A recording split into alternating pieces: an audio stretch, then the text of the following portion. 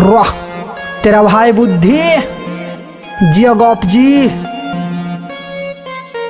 रानी हम तोरा बना ले बोगे, दिलवा में अपन बसा ले बोगे।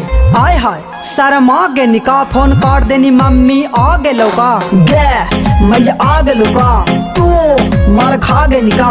बात हमर सुन तू ध्यान लगा के, बोला ही आओ अनुमान लगा के। लगा हो राते पिटैनी है माँ, कर ले आराम ठंडा तेल लगा के। गे डेढ़ लगा के सोना मेरी सोना, मैया के तोर हम बना ले सास गे। तोरे ला चाहे हम रहबो उपास गे। सूट जींस के चक्कर हटाओ ना, सरिये में लगा ही रनिया झकास गे। सुन भाई हमरा तो प्यार हो गया, छौड़ी के चक्कर में मार हो गया। नोटिस जब लेके वकील आइलो घर, हमरा तो जेल तिहार हो गया। गे रानिया पिया पेप्सी तू चाहे पानिया, तू अकेले हो ऐसा नहीं लगेगा। मेरे साथ चल पैसा नहीं लगेगा, हाँ नहीं लगेगा। बसैले हूँ तोरा नजरिया में, घुमा देबू पटना सहरिया में।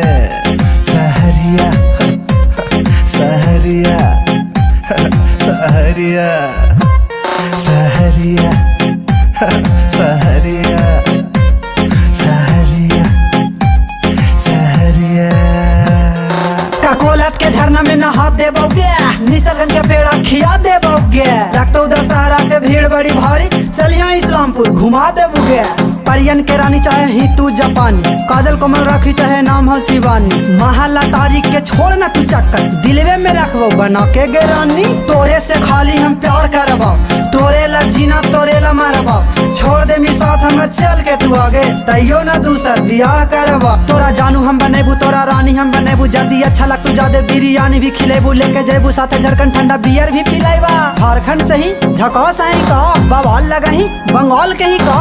रांची तो ना तोरा राजगीर घुमाइबोगे, भरपेट सिलाओ वाला खाजा खिलाइबोगे। दुनिया के टेंशन तू छोड़ देना रानी, तोरे से अपन बियाह हम रचाइबोगे। बसैले हूँ तोरा नजरिया में, घुमा देबू पटना सहरिया में। सहरिया सहरिया सहरिया सहरिया सहरिया।